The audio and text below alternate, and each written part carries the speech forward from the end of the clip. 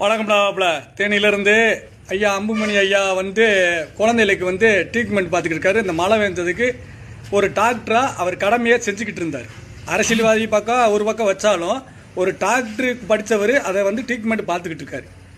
அதில் ஒருத்தன் போட்டோ எடுத்திருக்கான். காதில் மாட்டாத போட்டோ எடுத்துட்டான் டக்குன்னு. முழு வீடியோவை யாருமே பார்க்க மாட்டேங்கிறா ஐயா. அவர் மறந்துட்டார். டக்குன்னு இப்போ ரெண்டாவது காதில் வச்சு அந்த குழந்தைக்கு ட்ரீட்மெண்ட் பார்த்து மாத்திரை எழுதி கொடுத்து ஆஸ்பத்திரிக்கு அனுப்பிச்சு இந்த மாதிரி செய்யா அப்படின்னு சொல்லியிருக்காரு. அந்த முழு வீடியோவே பார்க்காதீங்க. உடனே போட்டோ எடுத்துகிட்டு காதிலே மாட்டலை, ஒன்றும் செய்யலை, உடனே விளம்பரம் இதில் ஃபேமஸ் ஆகுறீங்க.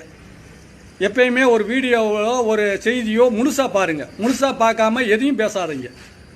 ஐயா அம்புமணி ஐயா இப்போ ஒரு இடத்துல சைடு சாண்டு போடாமல் போயிடுறாங்க, அதை மறந்துடுறாங்க. உடனே சைடு சாண்டு போடாமல் இருக்காங்கன்றா ரெண்டாவது எடுத்து விட்டுறாங்க. உப்பு போடாமல் குழம்பு வச்சிருது, ரெண்டாவது உப்பு போடுறது இல்லையா?